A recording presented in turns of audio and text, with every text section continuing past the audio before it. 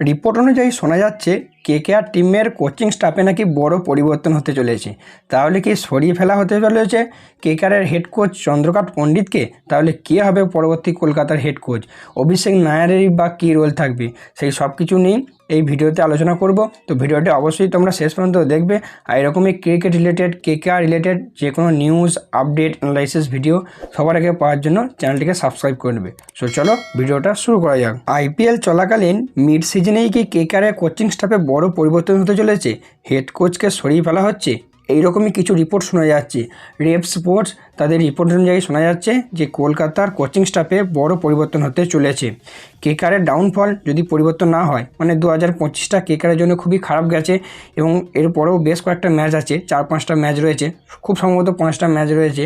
তো 2-1টা ম্যাচের মধ্যে যদি কেকেআরের এই ডাউনফল না হয়, যদি রেজাল্ট না ভালো আসে, সেক্ষেত্রে শোনা যাচ্ছে যে কলকাতার যে হেড কোচ আছে তাকে সরিয়ে ফেলা হতে পারে। তো এবারে কেকেআরের যদি গোটা সিজন খেলা ফলো করা যায় বা দেখা যায়, সেক্ষেত্রে হেড কোচ চন্দ্রকান্ত পণ্ডিত সেইভাবে টিমকে ইমপ্রেস করতে পারেনি, টিমকে সেইভাবে ইম্প্যাক্ট দিতে পারেনি বা টিমের সঙ্গে সেরকম অ্যাক্টিভও থাকতে দেখা যায়নি। ঠিক আগের বছর যেমন মেন্টর গৌতম গম্ভীর করছিল, সমস্ত কিছু গৌতম গম্ভীরই কন্ট্রোল করছিল, সমস্ত ডিসিশন সে নিচ্ছিল। আগের বছরও কিন্তু চন্দ্রকান্ত পণ্ডিতকে সেইভাবে কোনো রকম ডিসিশন নিতে বা সেরকমভাবে অ্যাক্টিভ থাকতে দেখা যায়নি, পুরোটাই কন্ট্রোল করছিল গৌতম গম্ভীর। তো আগের বছর তো সেটা বোঝা যায়নি যেহেতু গম্ভীর ছিল, বাট এই বছর সেটা স্পষ্ট বোঝা যাচ্ছে গম্ভীরের অনুপস্থিতিতে তাকে অতটা অ্যাক্টিভও দেখা যাচ্ছে না। তাই রেপ স্পোর্টসের রিপোর্ট অনুযায়ী শোনা যাচ্ছে যে চন্দ্রকান্ত পণ্ডিতের হাতে আর 4-5টাই মতো ম্যাচ আছে, মানে এই সিজনটাই আছে তার নিজেকে প্রমাণ করার জন্য। যদি সেইভাবে সে নিজেকে প্রমাণ করতে না পারে বা ইমপ্রেস করতে না পারে, সেক্ষেত্রে কলকাতা নাইট রাইডার্স টিমের কোচিং স্টাফে বড় পরিবর্তন হতে চলেছে। এছাড়াও তাদের রিপোর্ট অনুযায়ী আরও একটা শোনা যাচ্ছে, মানে আরেকটা নিউজ শোনা যাচ্ছে যে কেকেআর টিমে ইয়ন মর্গানের ইনক্লুশন হতে চলেছে। এবার সেটা কিভাবে বা কী রোল পেতে চলেছে সেটা হয়তো জানা যায়নি, বাট খুব সম্ভবত সে কিন্তু কেকেআর টিমে একটা জায়গা করতে চলেছে, যেটা কিন্তু খুব একটা খারাপ হবে না। কারণ ইয়ন মর্গান অলরেডি কেকেআরের হয়ে খেলেছে কয়েক বছর, কেকেআরের হয়ে ক্যাপ্টেন্সি করেছে, এমনকি টিমকে সেমিফাইনালেও নিয়ে গেছিলো। তাই রিপোর্ট অনুযায়ী শোনা যাচ্ছে যে সে খুব সম্ভবত পরবর্তী সিজন থেকে কেকেআর টিমে একটা জায়গা করে নিতে চলেছে, সেটা হোক মেন্টরের জায়গা বা হেড কোচের জায়গা। এছাড়াও অভিষেক নায়ারকে নিয়েও কিন্তু আপডেট রয়েছে। রিপোর্ট নিয়ে শোনা যাচ্ছে অভিষেক নায়ার, যে বর্তমানে কেকেআর টিমের কয়েকদিন আগে অ্যাসিস্ট্যান্ট কোচ হিসেবে নিযুক্ত হয়েছে, তাকে নিয়ে শোনা যাচ্ছে পরের বছর থেকে সে আরও বড় কিছু রোল পেতে চলেছে। খুব সম্ভবত হতে পারে মেন্টর বা হয়তো হেড কোচও হয়ে যেতে পারে। তবে আমার মতে মেন্টর হওয়ার চান্সটাই খুব বেশি। তবে যে হেড কোচ হলেও এমন কিছু অবাক হব সেটাও নয়, হেড কোচ হলেও কিন্তু হতে পারে। বাকি এই ব্যাপারটা নিয়ে তোমাদের কি মতামত? তোমরা কেকেআরের কোচিং স্টাফে কাকে দেখতে চাও? চন্দ্রকান্ত পণ্ডিতকে দেখতে চাও কি চাও না? অবশ্যই তোমাদের মতামত কমেন্ট বক্সে কমেন্ট করে জানিও। আর এবার কথা বলবো আজকে আমাদের পরবর্তী নিউজ নিয়ে। আরও একটা বিগ ব্রেকিং নিউজ শোনা যাচ্ছে, যেখানে শোনা যাচ্ছে আইপিএল নাকি 2028 সাল থেকে 94 ম্যাচের হতে চলেছে। অর্থাৎ একটা সিজনে আইপিএলে 94টা ম্যাচ অনুষ্ঠিত হবে। এটা কিন্তু কোনো নিউজ চ্যানেল বা সাধারণ লোকের বক্তব্য নয়, আইপিএলের চেয়ারম্যান নিজে হিন্টস দিয়েছে।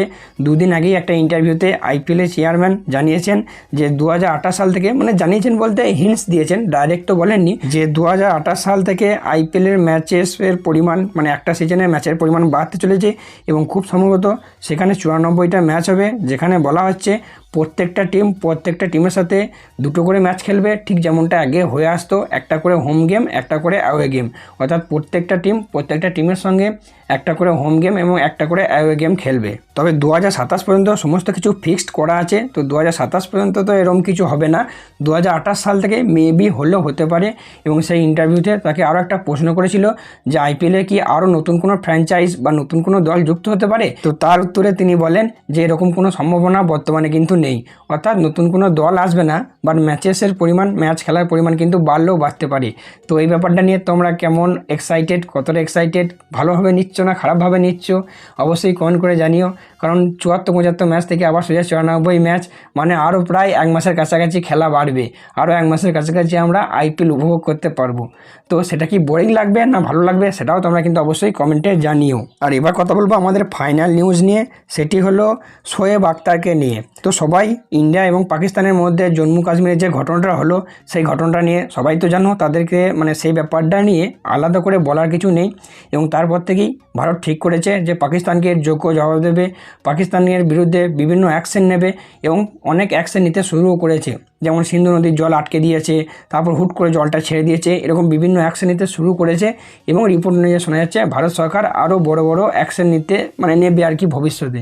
ঠিক এরকমই একটা অ্যাকশন নিয়েছে বা শোনা যাচ্ছে সোশ্যাল মিডিয়ার দিক থেকে, যেখানে রিপোর্ট অনুযায়ী শোনা যাচ্ছে যে ইউটিউব থেকে 14টা পাকিস্তানি ইউটিউব চ্যানেল পুরোপুরি ভারতে ব্যান করে দিয়েছে, যার মধ্যে কিছু ক্রিকেট চ্যানেলও ছিল, যার মধ্যে সবথেকে বড় নাম পাকিস্তানের former legend cricketer Shoaib Akhtar, তারও একটা ইউটিউব চ্যানেল ছিল এবং শোনা যাচ্ছে যে তার ইউটিউব চ্যানেল নাকি বর্তমানে ভারতে ইউটিউব থেকে ব্যান করা হয়েছে।